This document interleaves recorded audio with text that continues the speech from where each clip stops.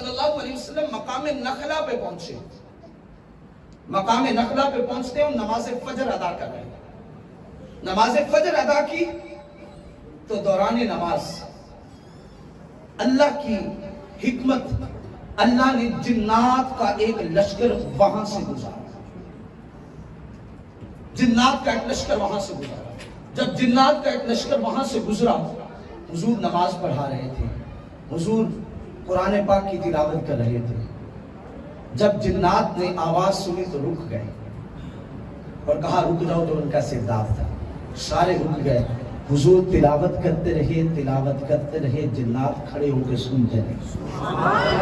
یہاں تک کہ حضور نے نماز پڑھا لی. نماز کے بعد سارے جنات مصطفیٰ کی بارگاہ میں آ اور کہنے لگے ہمیں کلمہ پڑھائیے اور اپنا غلام بنا لیے. ایسا کلام ہم نے زندگی میں کچھ سنا ہی. وَإِذْ صَرَفْنَا إِلَيْكَ نَفَرٌ مِّنَ الْجِنِّ يَسْتَمِعُونَ الْقُرْآنَ فَلَمَّا حَضَرُوهُ قَالُوا أَنصِتُوا فَلَمَّا قُضِيَ وَلَّوْا إِلَىٰ قَوْمِهِمْ مُنذِرِينَ.